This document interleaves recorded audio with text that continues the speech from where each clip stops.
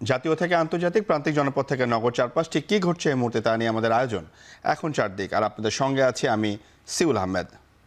নতুন বাংলাদেশ গড়তে ঐক্যের প্রয়োজন বলে মন্তব্য করেছেন বিএনপি মহাসচিব মির্জা ফখরুল ইসলাম আলমগীর। দিনাজপুরে এক অনুষ্ঠানে কথা বলেন তিনি। মির্জা ফখরুল আরও বলেন, দেশে সবসময় গণতন্ত্রের কথা বলা হলেও গণতন্ত্র চর্চা করা হয় না। গণতন্ত্রহীনতাকে বাংলাদেশের সবচেয়ে বড় সমস্যা হিসাবে মনে করেন তিনি। এ সময় তরুণ প্রজন্মের প্রশংসা করে মির্জা ফখরুল বলেন, তারাই সুন্দর বাংলাদেশ বিনির্মাণের পথ দেখাবে।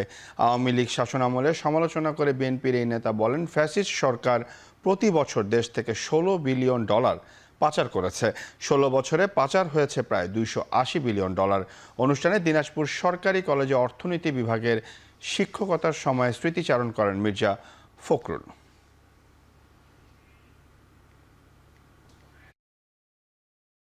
সকলে মিলে একসাথে দেশটাকে যে গঠন করব, তাকে নির্মাণ করব, তাকে একটা পথরেখা দেখাবো, আজকে এই বয়সে এসে আমার কাছে মনে হয় এই জায়গায় আমাদের ব্যর্থতা আছে। আমাদের দেশের সমস্ত সম্পদকে লুণ্ঠন করে বিদেশে পাচার করে দেওয়া হয়েছে এবং সেটা একটা টাকা নয়, প্রতি বছর $16 বিলিয়ন পাচার হয়েছে এবং হিসাব করে দেখা যাচ্ছে এই কয়েক 15 বছর প্রায় $280 বিলিয়নের উপরে পাচার হয়ে গেছে।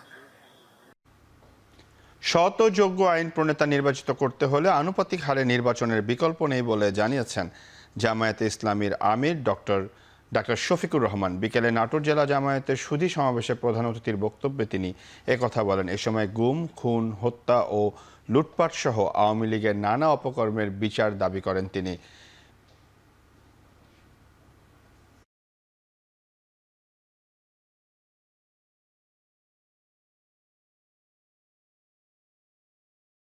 মাথা উঁচু করে দাঁড়াতে হয়, তাহলে চলেছি মহান আল্লাহর শুকরিয়া, আলহামদুলিল্লাহ। এই দাবি যারা চেষ্টা করছে তারা সুধী সমাজের কাছে রাখতে পারবে। এদেরকে বাদ দিলে হয়তো সংখ্যাটা কিছু কমবে। আবার অনেক যুবক যুবতী, যদি একটা দল 1% ভোটও না পায়, 1%-এর 3 ভাগের 1 ভাগ পায়, তাহলে সেই দলের সবচেয়ে যোগ্য একজন ব্যক্তি সংসদে যেতে পারবে, কারণ আমাদের আসন 300। 1%-এর জন্য 3টা আসন বরাদ্দ, 3 ভাগের 1 ভাগ হলে একজন যেতে পারবে। এরকম বহু দলে অনেক যোগ্য মানুষ আছে, তারা তখন সংসদে গিয়ে জাতির জন্য কথা বলবে। তখন সংসদটা একটা কোয়ালিটি, একটা মানসম্পন্ন সংসদ হবে। সংসদ যখন মানসম্পন্ন হবে, দেশটাও তখন মানসম্পন্ন হবে। ওই রকম আনুপাতিক হারে নির্বাচন চাচ্ছি। তখন ছোট দলগুলা করবে কি? কারো দয়ার মুখাপেক্ষী থাকবে না, কারো মুখের দিকে তাকাবে না। সে তখন তার অবস্থান এগিয়ে নেওয়ার জন্য সর্বাত্মক চেষ্টা করবে। এর আগে সকালে নাটোরের দলের কর্মী সম্মেলনে যত দ্রুত সংস্কার শেষ করে নির্বাচিত সরকারের হাতে ক্ষমতা হস্তান্তরের দাবি জানান জামায়াতের আমির। এরা তিনটি নির্বাচন অবৈধভাবে ক্ষমতায় থাকার সময় কি তাণ্ডব চালিয়েছে, আমরা কি ভুলে গিয়েছি? যারা নির্বাচনে বিশ্বাস করে না, তাদের আবার কিসের নির্বাচন? অতি জরুরি সংস্কারগুলো সাধন করে বর্তমান সরকার একটা সুষ্ঠু নির্বাচন দিয়ে তারা যার যার জায়গায় চলে যায়। প্রতিটি আমানতের পাই হিসাব রাখবেন।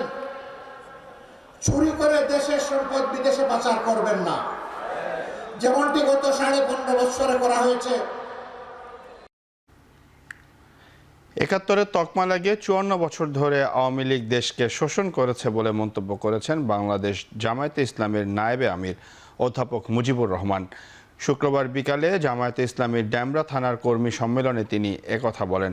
সুন্দর একটি নির্বাচন দেওয়ার জন্য এখন থেকে চেষ্টা করতে অন্তর্বর্তী সরকারকে আহ্বান জানিয়ে বলেন, যারা ইসলামের কথা বলে তাদেরকে সংসদে পাঠানো গেলে দেশে ইসলামী আইন বাস্তবায়ন হবে।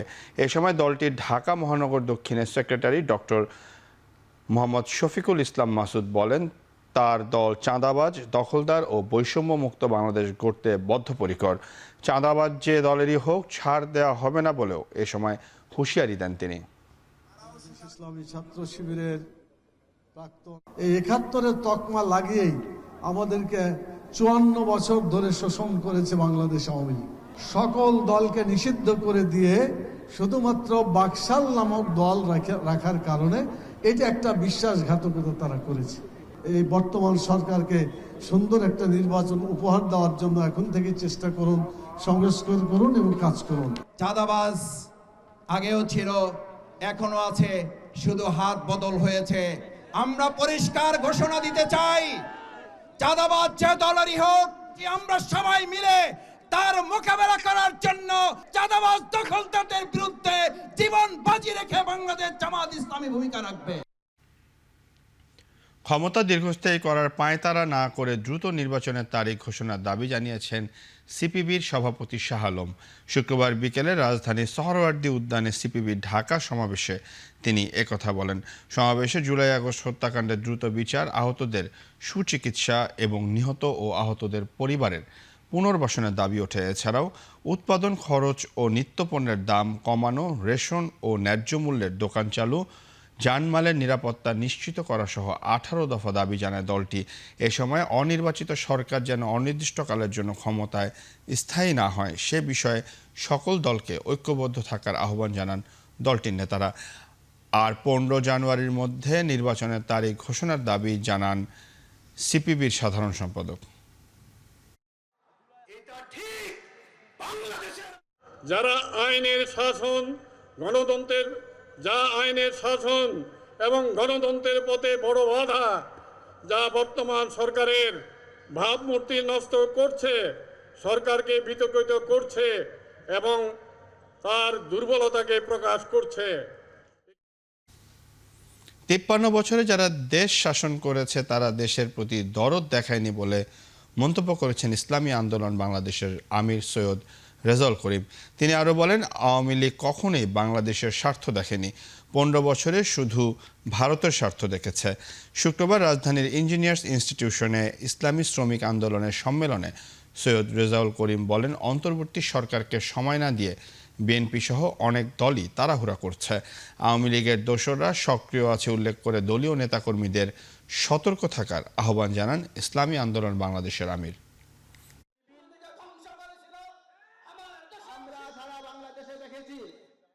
এই সরকার তো অগুছালো অবস্থায় তারা দেশ পরিচালনার দায়িত্ব পালন করতেছে।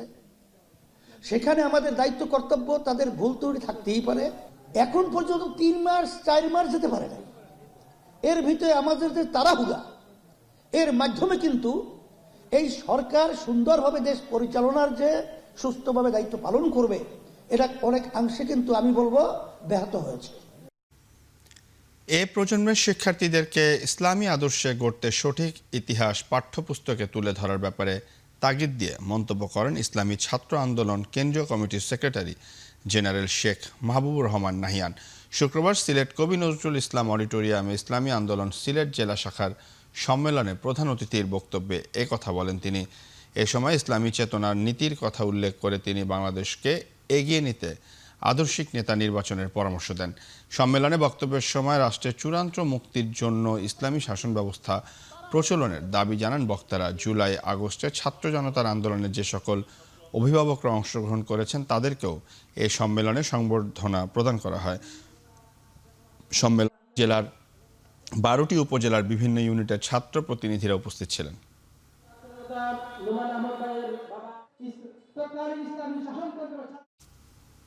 অন্তর্বর্তী সরকার জন আকাঙ্ক্ষা পূরণে ব্যর্থতার পরিচয় দিচ্ছে বলে অভিযোগ করেছেন এবি পার্টির সদস্য সচিব মুজিবুর রহমান মঞ্জু।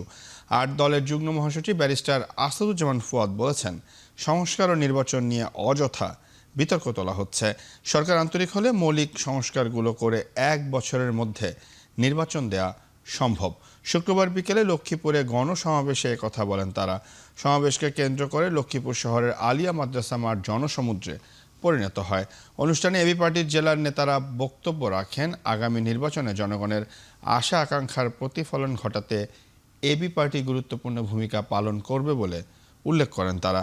এ সময় নিত্যপণ্যের দাম মানুষের ক্রয় ক্ষমতার মধ্যে আনতে অন্তর্বর্তী সরকারের প্রতি আহ্বান জানানো হয়।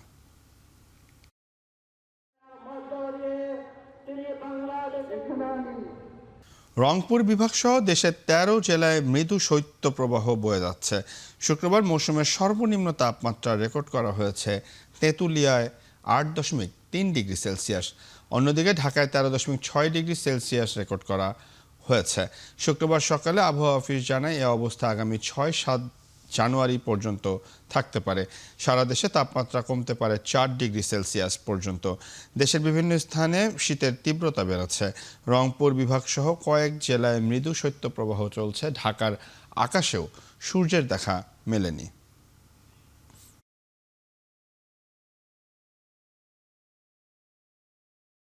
ঢাকাতে গতকালকে সর্বোচ্চ তাপমাত্রা ছিল 16 ডিগ্রি এবং সর্বনিম্ন তাপমাত্রা ছিল 13.8 ডিগ্রি। রংপুর বিভাগ সহ রাজশাহী বিভাগের কিছু কিছু জায়গায় এবং কুষ্টিয়া অঞ্চলের প্রতি মৃদু শৈত্যপ্রবাহ বয়ে যাচ্ছে। দেশের উত্তর পূর্বাঞ্চল এবং মধ্যাঞ্চলে 1 থেকে 2টি তীব্র শৈত্যপ্রবাহ, মাঝারি থেকে তীব্র শৈত্যপ্রবাহ, যেখানে তাপমাত্রা 4 ডিগ্রি পর্যন্ত আসতে পারে। জনবান্ধব প্রশাসন গড়তে আন্তঃক্যাডার বৈষম্য দূর করার আহ্বান জানিয়েছেন আন্তঃক্যাডার বৈষম্য নিরসন পরিষদ।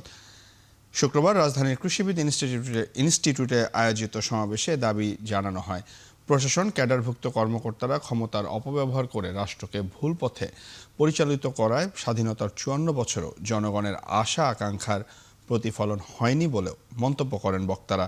শুক্রবার রাজধানীর কৃষিবিদ ইনস্টিটিউশনে আয়োজিত এক সমাবেশে এ দাবি জানানো হয়। তারা বলেন, বৈষম্যহীন ও মেধাভিত্তিক জনপ্রশাসনের মাধ্যমেই প্রকৃত কল্যাণ রাষ্ট্র গঠন করা সম্ভব। বাংলাদেশের 26 ক্যাডার সার্ভিসের মধ্যে 25টি ক্যাডার কর্মকর্তাদের আলাদা রেখে অনৈতিকভাবে পদ বহির্ভূত পদোন্নতি সহ বিভিন্ন সুযোগ সুবিধা ভোগ করছেন প্রশাসন ক্যাডারের কর্মকর্তারা।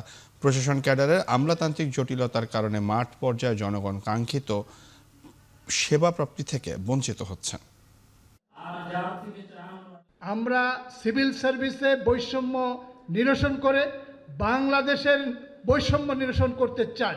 সচিব পদ ছিলেন, সেখান থেকে সিনিয়র সচিব আরেকটা ধাপ বাড়িয়ে নিল। এর মানেটা কি দাঁড়ালো? আরেকটা ধাপ বাড়ানো মানে বাকি যারা আছে তাদের সাথে বৈষম্যের একটা ধাপ তৈরি করলেন। সংশ্লিষ্ট ক্যাডারকে ওই সেক্টরের নীতি নির্ধারণ, পরিকল্পনা প্রণয়ন, সিদ্ধান্ত গ্রহণের দায়িত্ব প্রদান করতে হবে।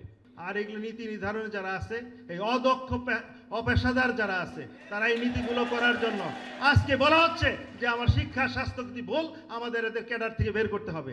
আমরা কি তাদের কথায় বিসিএস দেইনি? আমরা কি বিসিএস অফিসে হয়নি? নৌ পরিবহন মন্ত্রণালয়ের উপদেষ্টা সাখাওয়াত হোসেন বলেছেন, কন্টেইনার টার্মিনাল নির্মাণ হলে বন্দরটি পূর্ণ বিকাশ হবে। শুক্রবার সকালে খুলনায় সরকারি সুন্দরবন আদর্শ কলেজের সুবর্ণ জয়ন্তী ও 56তম প্রতিষ্ঠাবার্ষিকী উপলক্ষে আয়োজিত এক অনুষ্ঠানে কথা বলেন উপদেষ্টা আরও বলেন, এক সময় খুলনা শহরেই মংলা পোর্টের অফিস ছিল। এই পোর্টকে বাঁচিয়ে রাখতে আরও কার্যকর করতে সকলকে আহ্বান জানান উপদেষ্টা। আমদানিকারক, শিপিং এজেন্ট সহ সবার প্রয়োজনে পোর্টের অফিস আবারও খুলনা শহরে ফিরিয়ে আনতে হবে।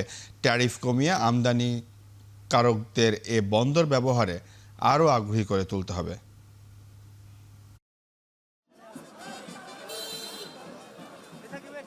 আমি চেষ্টা করছি যে এখানে কন্টেইনার টার্মিনাল যেন হয়। আমি মনে করি বাংলা পোর্টটাকে যদি আপনারা সবাই মিলে এটাকে ভাইব্রেন্ট করেন, তাহলে এই খুলনা, শুধু খুলনা শহর নয়, খুলনাবাসীদের জন্য, যারা ব্যবসা করছেন, যারা বিজনেস করছেন, তাদের জন্য খুব উন্নতি হবে। কিন্তু এটার জন্য যে সাপোর্টটি দরকার, আমি বলেছি বাংলা পোর্টে যদি চেষ্টা করা হয় সেই সাপোর্টটা হয়তো আমি ভিত্তি দিয়ে যেতে পারি, হয়তো পরবর্তী সরকারের সাথে যদি করেন তো করব।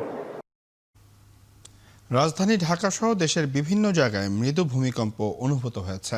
শুক্রবার সকাল 10:30টার কিছুক্ষণ পর এই ভূমিকম্প অনুভূত হয়। ঢাকা ছাড়াও সিলেট, কুমিল্লা ভূমিকম্প অনুভূত হয়েছে। কয়েক সেকেন্ড স্থায়ী ভূমিকম্পে আতঙ্কিত হয়ে অনেকে বাসা বাড়ি ও ব্যবসা প্রতিষ্ঠান ছেড়ে রাস্তায় বের হয়ে আসেন। যুক্তরাষ্ট্র ভিত্তিক সংস্থা USGS জানিয়েছে, ভারতের নাগাল্যান্ডের ফেক শহরে ভূমিকম্প অনুভূত হয়েছে। রিক্টার স্কেলে যার মাত্রা ছিল 5।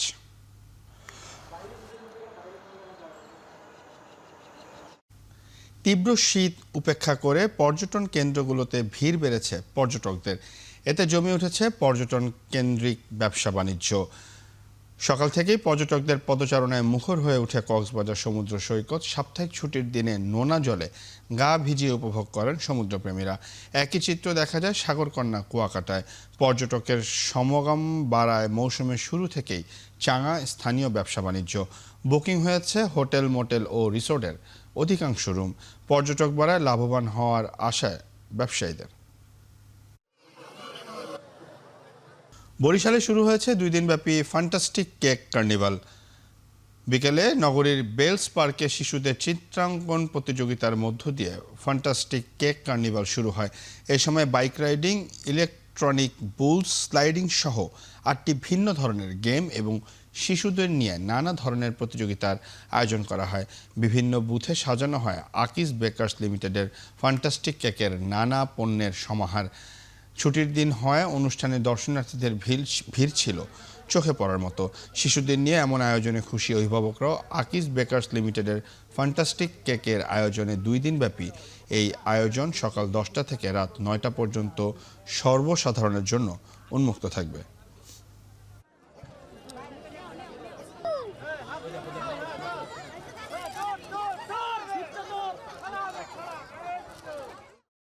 আমরা চাই আরো নতুন নতুন উদ্যোগ আসুক, যাতে করে বাচ্চারা নিজেদের প্রতিভা আরো সুন্দরভাবে বিকশিত করতে পারে। এই প্রতিযোগিতার মাধ্যমে হয়তো আরো বড় প্রতিযোগিতা অংশ নিতে ওর জন্য সহজ হবে আর কি। এটা একটা দারুণ আয়োজন। ফ্যান্টাস্টিক কেক কার্নিভালের উদ্দেশ্য যেটা ফান এবং ফুর্তির সাথে ফ্যামিলি মেম্বাররা যারা আছে তারা যেন তাদের বন্ডিং আরও বাড়ে, তারা যেন আরও একত্রতাভাবে থাকে এবং আমাদের সমাজের জন্য তার কোনো ভেদাভেদ সৃষ্টি না থাকে, আর কোনো ভেদাভেদ না থাকে, আমরা সবাই একত্রিত হয়ে থাকি। এই মেইন উদ্দেশ্য হচ্ছে আমাদের আজকের ফ্যান্টাস্টিক কেক কার্নিভালের। বিনামূল্যে নারীর মানসিক স্বাস্থ্য পরীক্ষা, স্বাস্থ্য আইনি পরামর্শ দেওয়ার উদ্দেশ্যে শুরু হয়েছে শান্তিবাড়ির উদ্যোগে ভালো থাকার উৎসব। শুক্রবার বাংলা একাডেমিতে সকাল থেকে আয়োজন করেন নারীর জন্য প্রতিষ্ঠান শান্তিবাড়ি। 3টি বুথের সাহায্যে সেখানে দেয়া হয় সেবা। প্রতিটি বুথে ছিলেন আলাদা মনোবিদ, আইনজীবী ও পুষ্টিবিদ, যেখানে উপস্থিত ছিলেন দেশসেরা নারী চিত্রশিল্পী ও ডিজাইনাররা। শনিবারও দিনব্যাপী চলবে আয়োজন। এদিনও চলবে আর্ট এক্সিবিশন।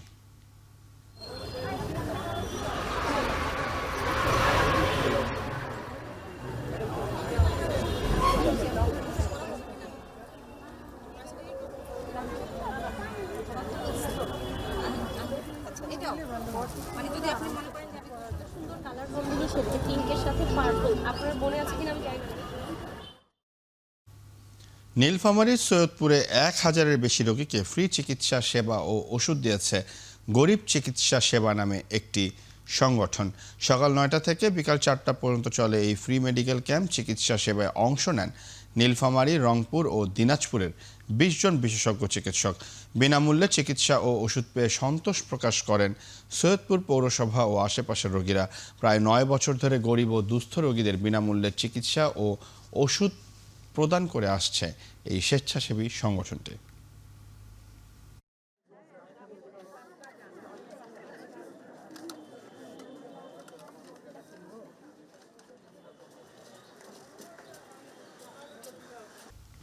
যুক্তরাষ্ট্রের দক্ষিণ ক্যালিফোর্নিয়ার একটি বাণিজ্যিক ভবনের ছাদে বিধ্বস্ত হয়েছে ছোট আকারের বিমান। এতে নিহত হয়েছেন কমপক্ষে 2 জন। আহত 18 জনের মধ্যে 10 জনের অবস্থা গুরুতর।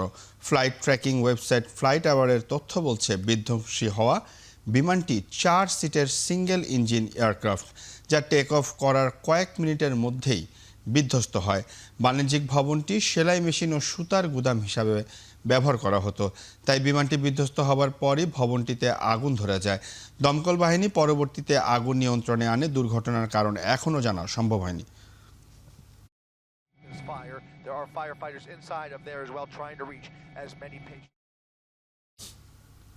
এক যুগের মধ্যে প্রথমবারের মতো টেসলার বিক্রিতে ধস নেমেছে। 2024 সালে বিশ্বজুড়ে প্রতিষ্ঠানটির বার্ষিক বিক্রি কমেছে 1.1%। বিদায়ী বছর টেসলার গাড়ি বিক্রির সংখ্যা ছিল 17,90,000। যদিও চতুর্থ ত্রৈমাসিকে বিক্রি বাড়ে 2.3%। ডোনাল্ড ট্রাম্প মার্কিন প্রেসিডেন্ট নির্বাচিত হওয়ার এ সময় পুঁজিবাজারে প্রতিষ্ঠানটির দর বেড়েছে 63%। বিক্রি কমলেও এখনও বিশ্বব্যাপী বৈদ্যুতিক গাড়ির বাজারে শীর্ষস্থান ধরে রেখেছে টেসলা। দ্বিতীয় অবস্থানে থাকা চীনা প্রতিষ্ঠান BYD বিদায়ী বছর 17,60,000 গাড়ি বিক্রি করেছে।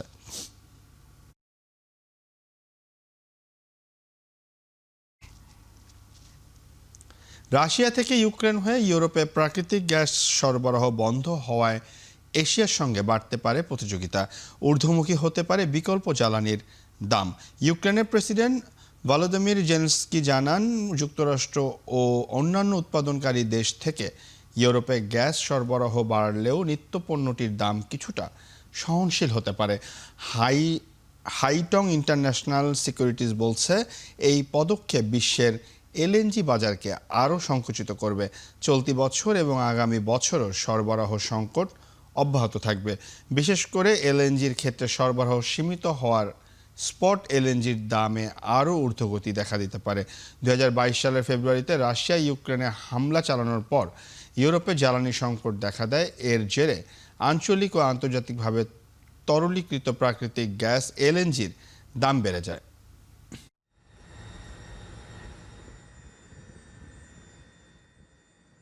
যুক্তরাষ্ট্রের লাস ভেগাসে সাইবার ট্রাক বিস্ফোরণে নিহত ব্যক্তির পরিচয় শনাক্ত করেছে FBI। মার্কিন কেন্দ্রীয় গোয়েন্দা সংস্থা জানিয়েছে, নিহত ব্যক্তির নাম ম্যাথিউ লিভেলসবার্গার। 37 বছর বয়সী এই মার্কিন সেনা বিস্ফোরণের সময় ছুটিতে ছিলেন। ময়নাতদন্তের প্রতিবেদনে বলছে, মুখে গুলি করে আত্মহত্যা করেন ম্যাথিউ। এরপরই গাড়িতে রাখা গ্যাসোলিন ও আতশবাজির বিস্ফোরণ ঘটে। অরলিন্সে হামলার সঙ্গে এই ঘটনার কোনো সংযোগ পাওয়া যায়নি। যদিও বিস্ফোরণটির সঙ্গে সন্ত্রাসবাদের সংশ্লিষ্ট রয়েছে কিনা বিষয়টি এখনও পরিষ্কার নয়। FBI হামলার উদ্দেশ্য জানতে অভিযান চালানো হয়েছে ম্যাথিউর বাড়িতে।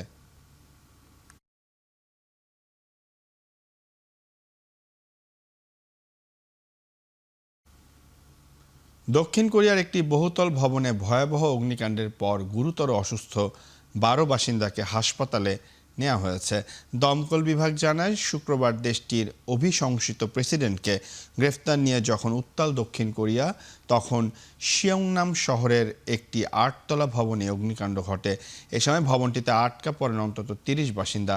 খবর পেয়ে এই বাসিন্দাদের উদ্ধার করে দমকলের কর্মীরা। অগ্নিকাণ্ডের পর প্রকাশিত ভিডিও ফুটেজে দেখা যায়, প্রথমে ভবনের নিচতলার আগুন লাগে, পরে তা ওপরে ছড়িয়ে পড়ে।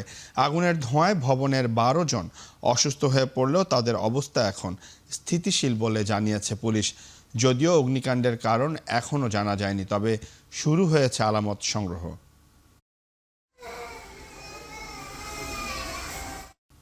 তাসকিন আহমেদ, মুস্তাফিজুর রহমান, তানজিম সাকিবদের পেছনে ফেলে গেল বছর লাল সবুজ জার্সি গায়ে সর্বোচ্চ উইকেট শিকারী রিশাদ হোসেন। বিপিএলে ফরচুন বরিশাল দলে থাকায় যেতে পারেননি অস্ট্রেলিয়ার বিগ ব্যাশ লিগেও, কিন্তু ঘরোয়া এই টুর্নামেন্টে একাদশের সুযোগ পাচ্ছেন না তিনি। আর এর কারণ জানিয়েছেন বরিশালের কোচ মিজানুর রহমান বাবুল। রিশাদ আমাদের ওয়ান অফ দ্য কি বোলার, সো কম্বিনেশনের জন্য হয়তো রিশাদ খেলছে না, বাট মাত্র 2টা গেম গেল, আমরা রিশাদ অবশ্যই আমাদের প্ল্যানে আছে।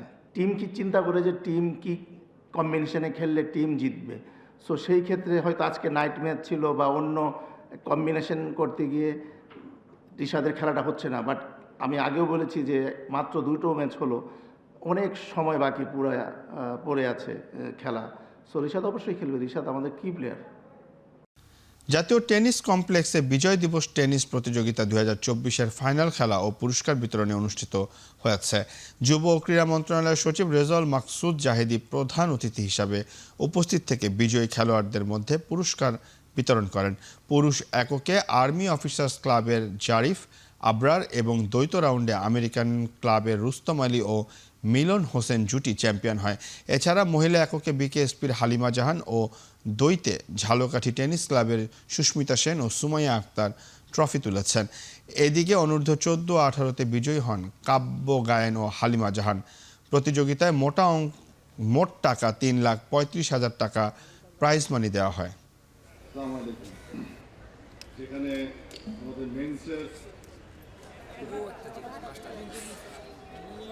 তাকে আমরা আমন্ত্রণ জানাচ্ছি স্টেজে তার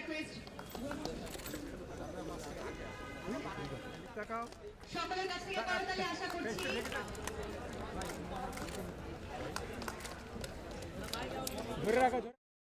আমরা মনে করি আজকে আমাদের জন্য একটি অসাধারণ দিন। অসাধারণ দিন এই জন্য যে দীর্ঘ সময় টেনিস নিয়ে এরকম প্রতিযোগিতার আয়োজন করা হয়নি, যেটা আমরা শুনেছি। আজকে এই পুরস্কার বিতরণের মাধ্যমে এই অসাধারণ একটি আয়োজন আজকে সম্পন্ন হচ্ছে। খেলাধুলার ক্ষেত্রে তরুণদের সক্রিয় অংশগ্রহণ বৃদ্ধি করার জন্য এই কম্পিটিশানগুলো আমাদের প্রভূত ভূমিকা রাখছে। আমি আশা করব আজকে নতুন এখানে যে চেয়ারম্যান সাহেব এবং নতুন কমিটি, তাদের সক্রিয় ভূমিকায় আমাদের এই তরুণদের মাঝ থেকে যেন এই কম্পিটিশানটা অব্যাহত থাকবে। স্প্যানিশ সুপার কাপের আগে বার্সেলোনাকে সুখবর দিয়েছেন লামিনে ইয়ামাল। চোট কাটিয়ে অনুশীলনে ফিরেছেন এই তারকা স্ট্রাইকার। গত 16 ডিসেম্বর লা লিগার ম্যাচে লেগানেসের বিপক্ষে খেলতে গিয়ে অ্যাঙ্কেলে চোট পান তিনি। স্প্যানিশ সুপার কাপে ইয়ামালের খেলা নিয়ে জেগেছিল শঙ্কা। বৃহস্পতিবার অনুশীলনে ফিরেছেন এই তরুণ স্ট্রাইকার। বুধবার সৌদি আরবের জেদ্দায় স্প্যানিশ সুপার কাপের সেমিফাইনালে অ্যাথলেটিক বিলবাওয়ের মুখোমুখি হবে হানসি ফ্লিকের দল। এই ম্যাচ দিয়ে মাঠে ফিরতে পারেন ইয়ামাল। গত গ্রীষ্মে স্পেনের ইউরো জয়ে বড় অবদান রাখা ইয়ামাল এই মৌসুমে বার্সেলোনার জার্সিতেও সমান উজ্জ্বল। সব প্রতিযোগিতা মিলিয়ে 21 ম্যাচে তিনি গোল করেন 6টি, অবদান রাখেন সতীর্থদের 11টি গোলে।